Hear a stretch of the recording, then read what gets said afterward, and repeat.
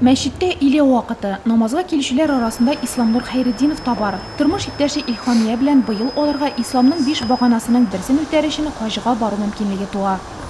Гамәлнең үзенең авырлыклары бар, үзенең җиңгеллекләре бар. Аллаһ Тәгалә барсында җиңгеллеген дә бирә. Минем теләк шул, баручыларга насыйп булсын. Гамәлләр кылып кайтырга, изге җирләрдә булып. Амин. Пандемияга бәйле 2 ел хаҗ сәфәренә барырга теләүчеләр өчен юллар ябык булды. Быел рөхсәт бирелсә дә 65 яшьтән узганнар өчен чикләүләр калды.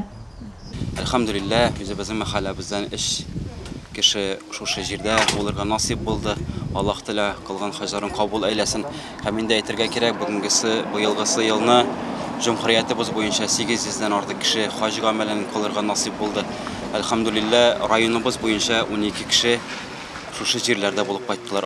Хаҗиларга мәчет янәшәсендәге бинада өстәлләр әзер. Мәрьям Лотфуллина һәм мәчет каршында эшләп килүче кайнар ризык пешерү пункты пешекчеләре мәхәллә халкы китергән корбан итеннән аш һәм пылау әзерли. Монарга катнашучылар бик күп инде. Аллаһның рәхмәте яусын, хаҗилар кайтканны көттек, дин кардәшләр. Шушы 547 ПМКда МСВда бергә эшләгән егенде дин кардәшләр Газим дигән дин кардәш, Исламнур үзенең җәмәгате белән хаҗдан кайтты. Алар бөтен ризыкны да китерделәр. Шушыннан инде авыллардан хайваннарны шалып китереп силиком сарык китерүчеләр дә булды. Үзебезнең мәхәллә кызлары да әз-мәз генә булса да хәлләреннән килгәнчә акчалата ярдәм иттек инде. Район мөхтәсибе сүзләренә караганда финанс яктан зур чыгымнар сораса да хаҗ кылырга теләүчеләр саны кимеми. Мөэмин мөселманнар изге җирләргә фарыз гамәлләрне үтәп, туганнары, якыннары өчен дуга кылырга дип бара. Быел кылырга кешеләре дә әзрәк иде. Мәккә шәһәрләрендә җиңелрәк тә булды хаҗ. Безгә шундый отзывлар белән килә.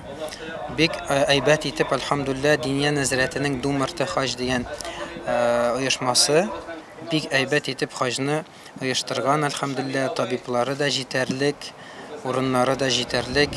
Аллаһ Тәгаләнең ниъмәтенә ирешеп кайттылар, әлхәмдүлилләһ.